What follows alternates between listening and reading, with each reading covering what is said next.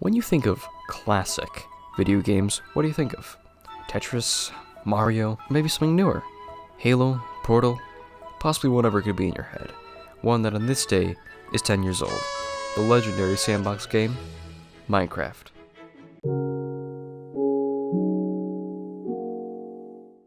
Just over 10 years ago, Marcus Persson, I think I'm pronouncing it right, better known as Notch, began developing a game that was seemingly a crossover of Dwarf Fortress, Dungeon Keeper, and Infaminer, all compiled to one project known as Cave Game, before being changed to its current name, Minecraft.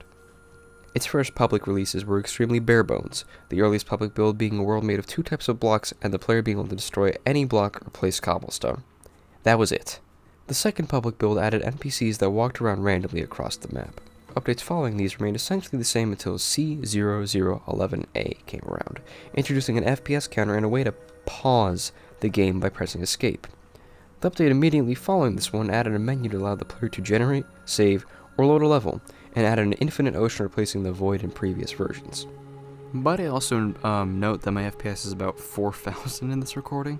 Once again, the following builds remain largely the same until C030_01C, when random world generation was added, along with more blocks such as wood, glass, leaves, and a few others instead of just stone in all previous versions. This version also added more to the main menu, changing it to look very similar to modern-day Minecraft's, adding an options tab as well. At this point in time, Minecraft's development was progressing at a very, very fast rate, with the following build introducing the iconic Minecraft main menu, adding a tutorial and a multiplayer option, which at the time were unavailable. But the menu was not the biggest part. Inf 201000618 was the beginning of Minecraft's survival aspect, and a health bar inspiring the player empty-handed with a whole world to explore. It also introduced animals, NPCs, weapons, tools, armor, food, and laid out the foundation we know as Minecraft today. Oh, and of course, do not forget that this version added crafting, putting the craft into Minecraft. Let's speed things up a bit, all the way into Minecraft's beta, when video game publisher Mojang began to publish Minecraft's development. By this point in time, the Nether was a thing along with It was around this time that I was actually introduced to Minecraft by my brother, and I was absolutely amazed at what the game was. It was, frankly, a pretty nice change from Club Penguin, because I played that, all the time.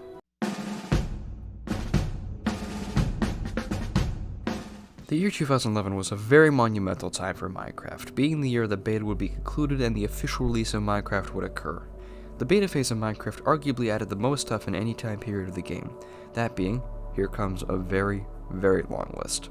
Beds, cakes, lapis lazuli, note blocks, sandstone, dispensers, bone/bone meal, charcoal, dye, sugar, new sheep variants, squids, pine and birch trees, new slabs, redstone repeaters, a new logo for Mojang, wolves, cookies, for a short time unlocked chest, achievements, statistics, new rails, saplings, cobwebs, charged creepers, rain, snow, thunderstorms, really weather in general, maps, the item, trapdoors, the nether, and multiplayer, view distance, pistons, shears, new textures, creative mode, villages, ravines, strongholds, the ender dragon, enderman, melons, glass planes, iron bars, fence gates, cooked food, cave spiders, villagers, hunger, sprinting, and all the way into 1.00 brewing stands, enchantment tables, XP, nether bricks, sandstone, dragon eggs, gas tiers, blaze rods, magma cream, eye of ender, potions, nuggets, new music discs, mushrooms, snow golem, magma cube, item repairing and durability, hardcore mode, credits, and Jesus Christ, I go on for ages on how much shit was added in beta. And to clarify, some of the features mentioned were added in 1.00, which is technically not beta, though before its official release it was called Beta 1.9. Now, since the official release, there have been literally hundreds of updates since then, with most of the large updates having pretty consequential features being added into the game. But for the sake of time and actual content, I'm going to go over the named updates, which were similar in scale to the official release update and is still carried out to this day. 1.4.2 was a very interesting update, adding another boss to accompany the Ender Dragon, that being the Wyver. Along with the Wyver stuff, there was witches, villager infections, bats, carrots, potatoes, pumpkin pies, anvils, and beacons. Released on March 13th, 2013, the Redstone update added Nether Quartz, arguably one of the coolest building blocks in the game. But this is the Redstone update we're talking about, not the Quartz update. Blocks such as redstone blocks were added, just being compounded redstone. Along with that, things such as redstone comparators, weighted pressure plates, hoppers, daylight sensors, trap chests, and droppers along with new types of minecarts. Separate to new game items, there was also a sneak peek into Minecraft realms and the introduction of resource packs. As the name suggests, 1.6 added horses, which is really the only game-changing feature besides some blocks being added. The hay bale, carpets, clay blocks, hardened clay, and stained clay. Next to the blocks, items were added as well. Horse armor, lead, and name tag. Later subversions of 1.6 would go on to add baby versions of the zombie and zombie pigmen. Like the horse update, the update that changed the world is self-explanatory, and one of my favorite updates to this day. Added to the game in 1.7.2 was stained glass, new types of wood, packed ice, puzzle, red sand, an insane amount of flowers, new types of fish, and a whole lot of biomes. Mesa biome, savanna, sunflower plains, root forest, birch forest, flower forest, taigas, mega taigas, and deep oceans. The Bountiful update was a very interesting update, not only for its new features, but the fact that its development was longer than InfDev and Alpha combined. Now, for those features. In 1.8, 36 new blocks were added to the game, among those being granite, andesite, diorite, prismarine blocks, new variations of doors and fences, sea lanterns, a wet version of the sponge, slime blocks, coarse dirt, barriers, iron trapdoors, and banners. Many blocks just mentioned were part of a new dungeon, that being the Ocean Monument, containing one new type of mob, the Guardian. Alongside them, rabbits and endermites were also added. Besides actual gameplay, armor stands were added, which in present day can actually change the gameplay, or really the game as a whole. But less game changing was the new default skin format by the name of Alex, along with the spectator game mode. Now at this point in time, we're only in 2016, on February 29th to be exact, the day 1.9, or the combat update, was officially released. As the name suggests, the update overhauled combat entirely, removing blocking with swords and adding shields, which could be used in tandem with swords using the new dual wield slot. Somewhat opposite to combat, the Elytra was added, giving players the ability to find survival mode.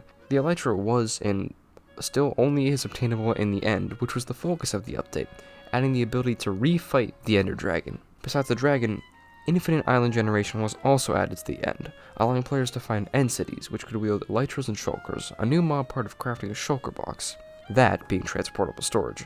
Blockwise, frosted ice, grass paths, purr blocks used in end cities, along with chorus plants were added in the game. New types of arrows of potion effects and new potions were also added. Oh, and remember when I talked about 1.8 having the longest development cycle of any update? 1.9 beat that at an absolutely staggering 545-day development cycle. I completely get it. Going over what is added in every single update can be quite boring, so I'm going to be skipping updates 1.10 through 1.13, as most of them besides 1.13 are actually quite small. Here's a basic overview of what was added throughout these updates.